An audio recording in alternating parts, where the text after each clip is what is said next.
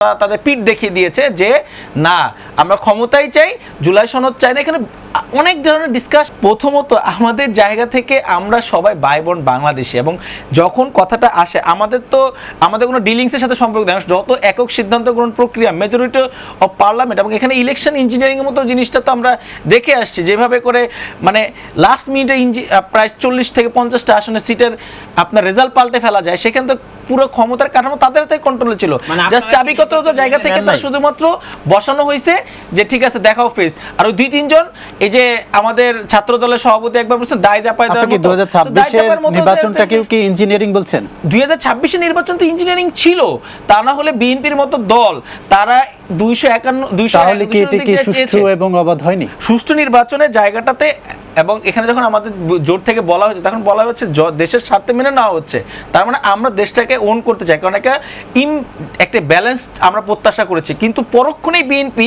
তাদের পিঠ দেখিয়ে দিয়েছে যে না আমরা ক্ষমতাই চাই, জুলাই সনদ চাই না। এখানে অনেক ধরনের ডিসকাশন আছে যেটা আমরা এখনো ইগনোর করতে পারি না। আরেকটা বড় বিষয় উনি বলেছে যে আমরা শোকজের বিষয়ে, দেখেন এটাই আমাদের স্পেশালিটি। আমরা যদি কারো ব্যাপারে দুর্নীতি পাই, কারো ব্যাপারে কোনো অভিযোগ পাই, আমরা শোকজ করি।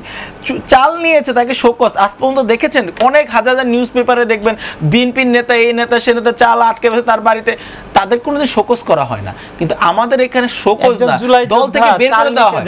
দল থেকে বের করে দেওয়ার মতো এক্সাম্পল, বহিষ্কারের মতো এক্সাম্পল আমাদের এনসিপিতে রয়েছে। ভাই আমি একটু বলি, আপনি শোনেন, তারপরে আপনি বলেন। এবং সবচেয়ে বড় যে চ্যালেঞ্জটা, জুলাইয়ের সবচেয়ে বড় চ্যালেঞ্জটা ছিল মত প্রকাশ। আজকে মত প্রকাশের মতো স্বাধীনতা বাংলাদেশে কমে আসতেছে দিনে দিনে। কিভাবে করে আমাদের জাতীয় যুব শক্তির একজন নেতা পাবনার, সে শুধুমাত্র ফেসবুকে স্ট্যাটাস দেওয়ার কারণে তাকে 17 দিন জেল খাটতে হয়েছে। আমাদের হাজার এক্সাম্পল আছে। নাসিরউদ্দিন পাটোয়ারি যখন গিয়ে সরকার বিরোধী কথা বলে, ইন্ডিয়ার এগেনস্টে কথা বলে, তখন তার উপরে ডিম ছোড়া হয়, তার মামলা পর্যন্ত গ্রহণ করার ক্ষেত্রে তাদেরকে গড়িমসি করতে দেখা যায়। তারপরে পাল্টা মামলা দিয়ে তাদেরকে জেলে ভরা হয়, এবং এমনকি দেখেছি বাসা থেকে উঠিয়ে নেওয়ার মতো এক্সাম্পল আমরা অহরহ দেখতে পাচ্ছি এখন। তার মানে মত প্রকাশের যে জায়গাটা আমরা কোথায় আর পাচ্ছি? তাহলে তো আমরা ঘুরে ফিরে সেই একই জায়গায়। এটা তো ক্ষমতার পরিবর্তনের জন্য জুলাই ছিল না, জাস্ট একটা নির্বাচন করে একজনকে শিফট করা। এটার জন্য আমরা ইলেকশনের জন্য চাইনি, আন্দোলন কেউ চাইনি।